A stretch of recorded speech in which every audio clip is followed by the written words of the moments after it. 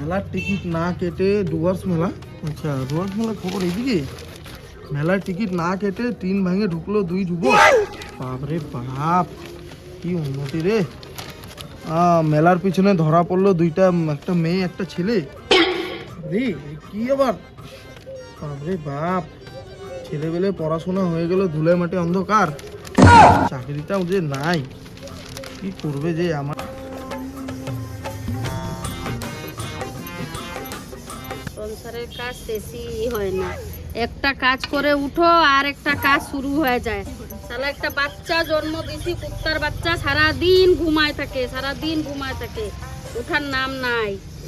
সংসারের কাজ শেষ হয় না।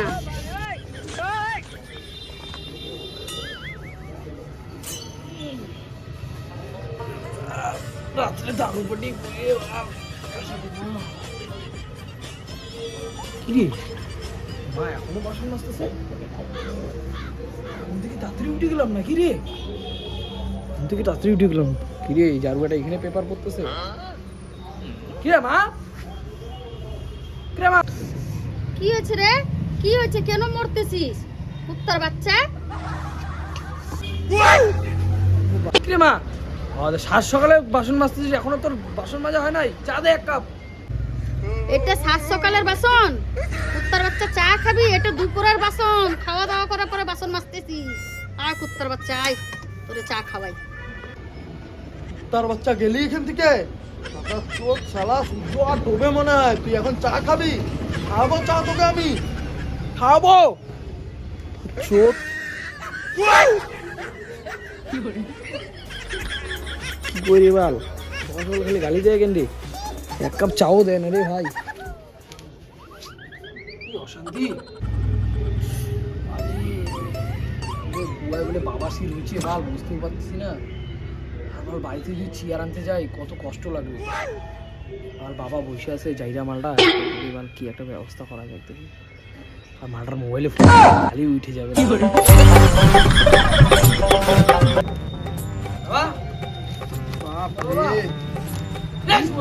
কি চাই ফোন আসছে, ফোন তোর। এই খবরটা দেখ, এটিডি কমেডি লেজেন্ডের ওয়েব সিরিজ আসতেছে। এটিডি কমেডি লেজেন্ডের ওয়েব সিরিজ? হ্যাঁ। ও তাহলে ফোন আসছে, ফোন ফোন আসছে? হ্যাঁ। কই আমি তো শুনতেছি না। আরে ভালো করে শোন দেখ। ও হ্যাঁ, মিয়া খালিফা মিউজিক। যাই যাই, মারার চোখটা গেছে রে। শান্তি, কি চরম শান্তি রে বাপ, এমন শান্তি জিন্দিগিতে পেলাম না। এখন পুরো উঠে এমন করে বসবো। এখন মালের সাথে কথা বলবো।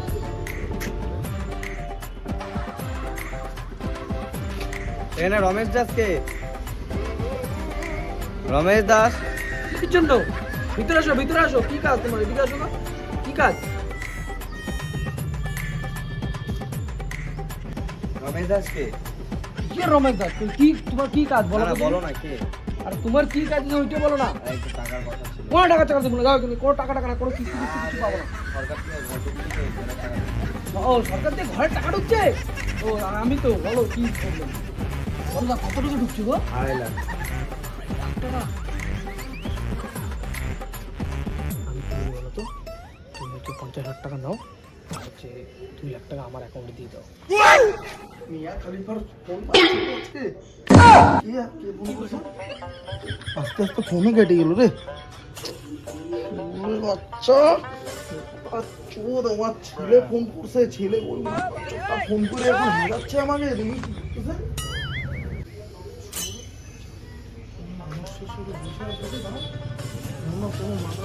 সেটিং করতেছি মনে হচ্ছে আমার। 50,000 টাকা, বাকি 2 লাখ ডাইরেক্ট আমার অ্যাকাউন্টে ঢুকাই দেবে, বুঝছো? তাহলে তুমি আমাকে 55,000 টাকা দিয়ে দাও, ঠিক আছে? আমি তাহলে কাজ করে দিই। 55,000 মাইনে যাবা? হ্যাঁ তাহলে এক কাজ করো, তুমি আগে 2.5 লাখ টাকা ফটাফট আমার অ্যাকাউন্টে ঢুকিয়ে দাও। হ্যাঁ, আমি করে দিচ্ছি। আমি আর এই ব্যাপারে কিন্তু কেউ যেন না জানে। হ্যাঁ, কাউকে তুমি বলবে না। হ্যাঁ আমি কিন্তু আমারও চাকরি নিয়ে যাবে যাবে।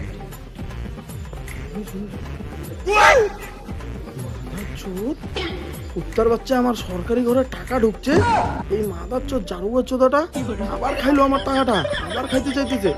দাঁড়া আমি দেখাচ্ছি, দাঁড়া। কি রে কি চাই? দাদা চোদ, সরকারি ঘরের টাকাটা আমার, খাইলি আবার।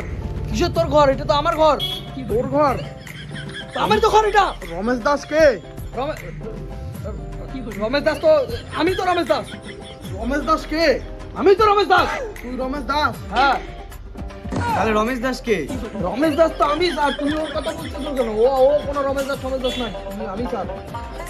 ও ও রমেশ দাস, ও চারুয়া রমেশ। কি রমেশ দাস? রমেশ দাস তো আমি। রমেশ দাস তুই? রমেশ দাস না। রমেশ দাসকে চিনি রাখি তো, ঠিক আছে? আমি পরিষ্কার কথা বললাম, আমার ব্যাংকের অ্যাকাউন্টে আমার 55,000 টাকা ঢুকলেই হইলো। স্টার্ট। তোর জন্য মাইছে তোমার 55,000 টাকা গেল, তোকেও বুঝাচ্ছি আর এই সরকারের পুলিশে এরও বুঝাচ্ছি।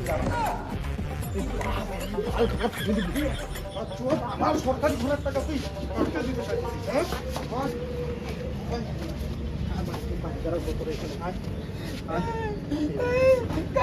আমার ওই